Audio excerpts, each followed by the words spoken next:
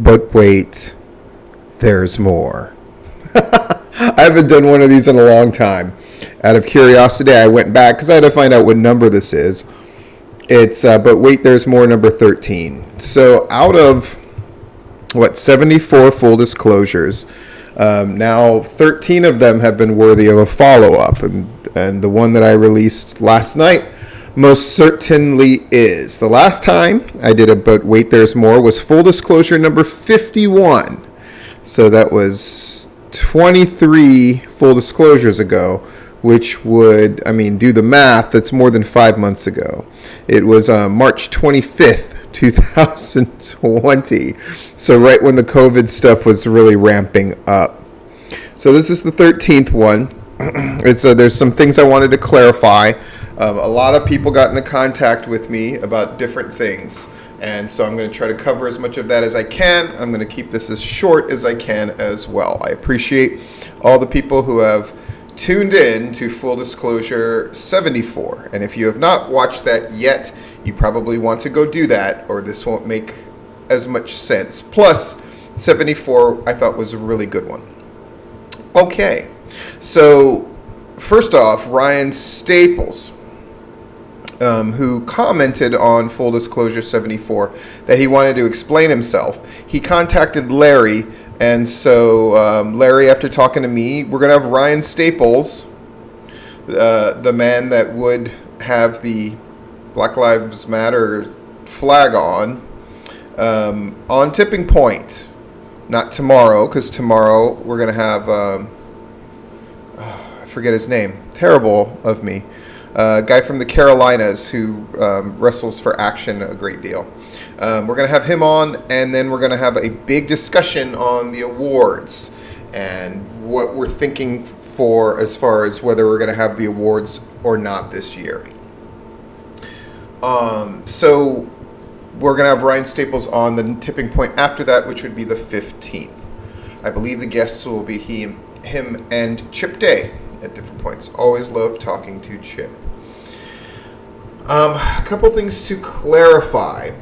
First, I want to talk about the Chris Nelms thing. So Chris Nelms, who's an agent for the Ryan Staples, with the instructions to get him over, wanted to make it clear that he never knew about the Black Lives Matters thing, and that he was going for more of a like a New Jack thing with Ryan Staples and blah blah blah. That's fine. That's whatever. But I made it clear that it's David Garrison who came up with this shtick that he wanted Ryan Staples to do. David Garrison has gone through great lengths to deny this. Right? Here's the problem. One, clearly it is not out of bounds to think that he would want to do that in light of the real posts that he put out and how he perceives Black Lives Matter. Right? That in his eyes, they would be heels. Plus, from what I've heard on a thread where they're discussing this, David Garrison's own girlfriend said, no, you totally wanted him to do that.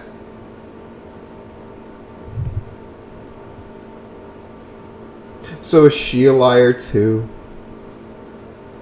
Or maybe it was Ryan Staples' girlfriend. Whatever. So now other people who are close to David Garrison are saying, no, dude, you totally had that idea. And we were all against it. Are they liars too? What the fuck? And apparently David Garrison and his kids have been harassing anybody who shares my video. Or harassing different people who have shared the video. Scumbags. And P.S. This full disclosure has done numbers comparable to the full disclosures that happened before COVID. So it's doing very well. And I would imagine the more you try to suppress it, the more it will be viewed. I imagine this one will be viewed quite a bit as well. Because people are interested. They're always interested when I'm calling out dumb shits. I'm glad that Santa Klan has caught on with quite a few people. I was a little proud of that one. My hair, by the way, whenever I shampoo it and wash it, it gets crazy curly. I'm getting my hair cut in the next day or two. For harassing people who are sharing the video, you're scumbag. For going out of your way to harass anybody about any of this, you're a scumbag. And Chris Nelms, although apparently he didn't know about the BLM thing, certainly believes that, I'm sure, that David Garrison absolutely came up with that idea. And if it's true that there's a lot of turmoil with OSWA people and Total Aggression Pro people about whether they want to work for David Garrison, I'm not going to tell you what to do.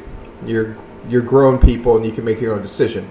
I will just say I'm not going to apologize, and I don't think Larry is going to apologize, nor should he, for posting things that David Garrison posted. It wasn't out of context. In fact, Larry was giving you the benefit of the doubt that maybe it was part of advancing an angle, but it wasn't. And apparently today, you posted, meaning David Garrison, posted a bunch of crazy QAnon shit. Now, if you're one of these people that want to go, oh, see, you're just judging QAnon people. Yes, I am. And if you believe in the QAnon shit, all I can say is, I feel sorry for you. I really do. On a couple of people's recommendations, I watched The Vow, about this odd sort of cult that developed. Remember the girl from Smallville? It was like the sex cult thing and this other thing.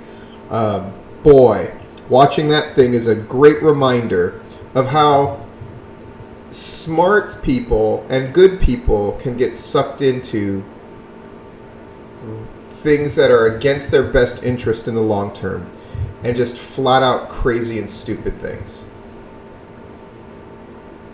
And it is of my opinion that QAnon shit and the incredibly simplistic, negative way that David Garrison thinks is a bad thing. Am I saying that there's no other kind of thinking or political leanings when taken to a stupid extreme aren't bad as well? They are. But we're not talking about that. We're talking about David Garrison posting a thing implying that he wanted more Kyles, the 17-year-old who shot people up, to shoot up more people. And that's fucked up. And you can try to frame it any way you want. You can try to say all these great things that David Garrison has done in the past. But none of that takes away from the fact that he said these things. And that he is, and has had a history of being a guy who is basically an insufferable asshole. Since I posted that thing yesterday, the comments that I have gotten, and there have been many, and many people who contacted me, and many people who are attempting to friend me. And if you're not friends with me on Facebook and you have messaged me, I have not read your message yet. I generally don't read messages from people I don't know. And people who are attempting to friend me for whatever reason.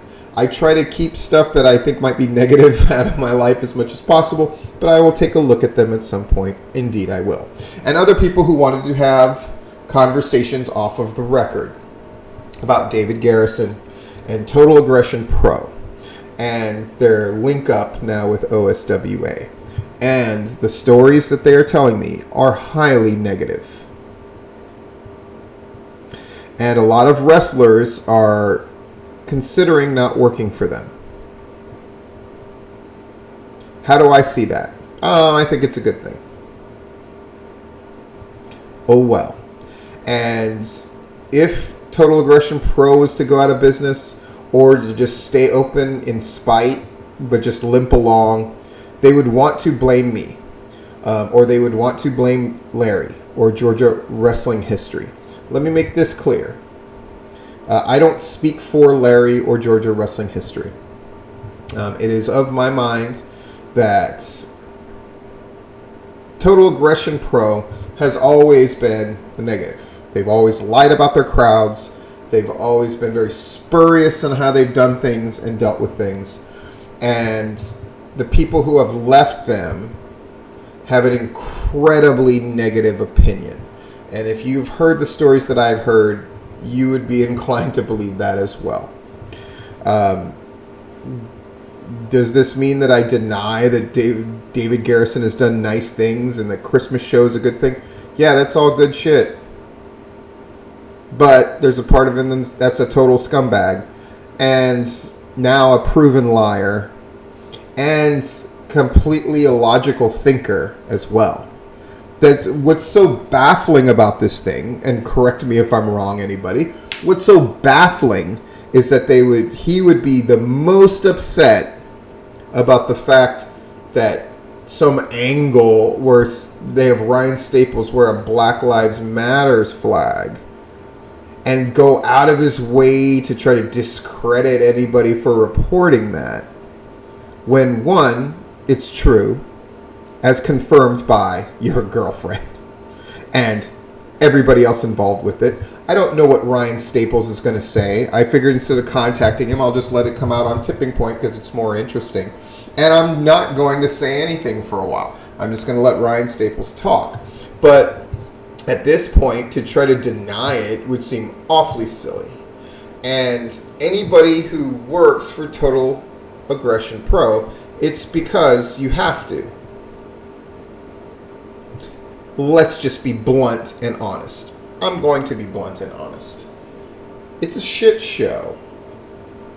And the people who are working on that show, it's for the most part because they cannot get booked elsewhere. And quite frankly, yes, you can work on wrestling shows for people that you don't get along with. Yes, you can work on wrestling shows with people with whom you don't agree with their opinions. Okay, sure. But do you really need Total Aggression Pro? I'm just asking the question. Are they doing really great work? Or is it just a place that'll let you bump around and play wrestler? I've asked these questions for a long time.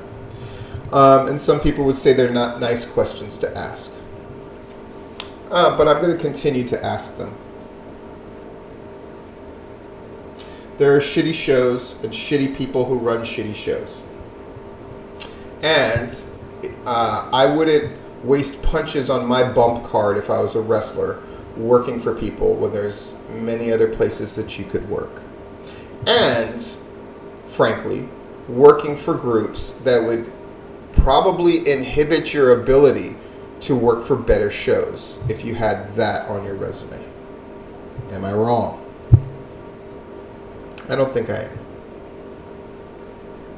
am. One last thing to address is somebody who posted Dwight Power on the video. I guess that was supposed to be some clever retort of, well, you've done racial stuff. You're goddamn right. I've done all kinds of things as a booker. And Dwight Power, who was a white supremacist wrestler, was my idea, my creation. Yes. Why? Because in the modern era, I asked myself this simple question. How do you make a heel in a world where smart marks want to cheer for the heels and boo the faces? What's the heel that I can create that everybody can get behind? Because that's what wrestling is. It is dragon slayers and dragons. And I wanted to make a dragon that people would pay money and be excited to see lose.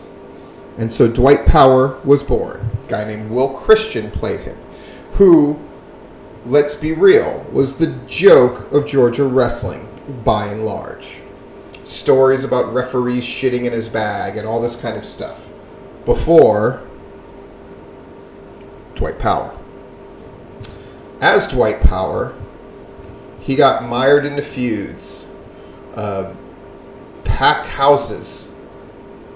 Him versus Simon Sermon in the gay nightclub The Jungle was one of the most exciting wrestling show matches that I've ever seen in front of a live crowd. And if you think Simon Sermon defeating Dwight Power in front of a crowd comprised at least half with gay men wasn't absolutely incredible, you don't know. If you think Dwight Power losing to the gay luchador Cassandra at the first Sacred Ground wasn't amazing, then clearly you weren't there. And Dwight Power coming into different conflicts throughout PCW's early history was amazing. But here's the point. Dwight Power was the heel. His job was to incite and anger. But I know that wrestling is about justice served. So ultimately, Dwight Power got his. Did I only book white heels? Fucking of course not. The Concrete Gorillas rained terror upon PCW. Quite proficiently, I might add.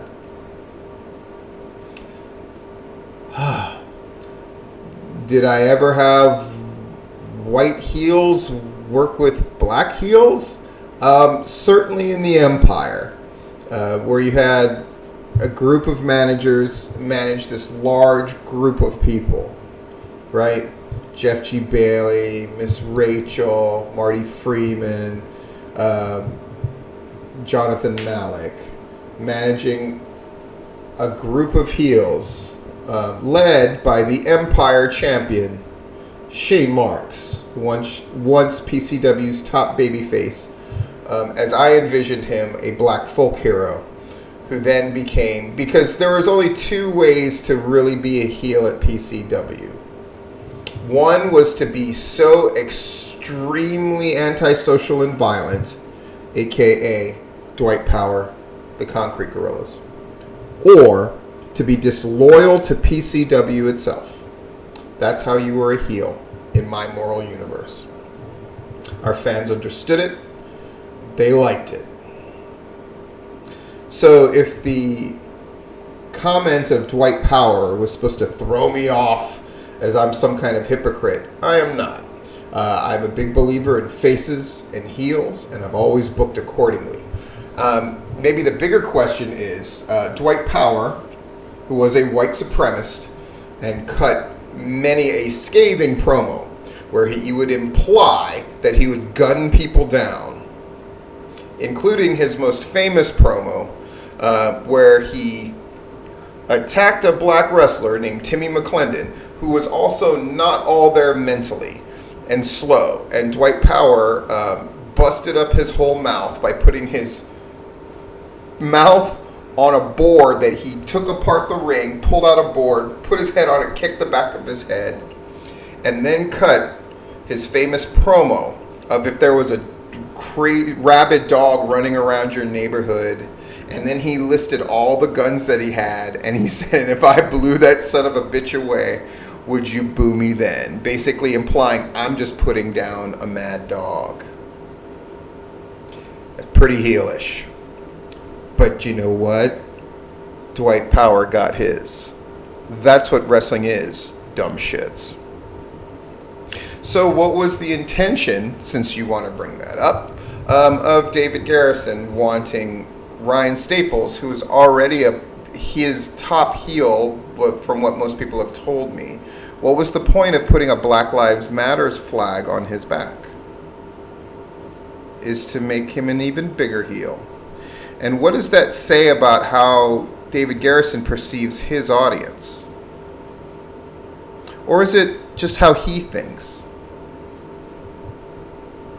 That Black Lives Matters, having that flag, makes you an even bigger heel. And any number of wrestlers that work for him proudly have their Confederate flag stuff going, right? Jacob Ashworth, his kids. And they're the baby faces, I suppose. You can hold any kind of opinion that you want. But if you're lying about it, that tells me there's a part of you that doesn't want that heat. Here I am explaining about Dwight Powell.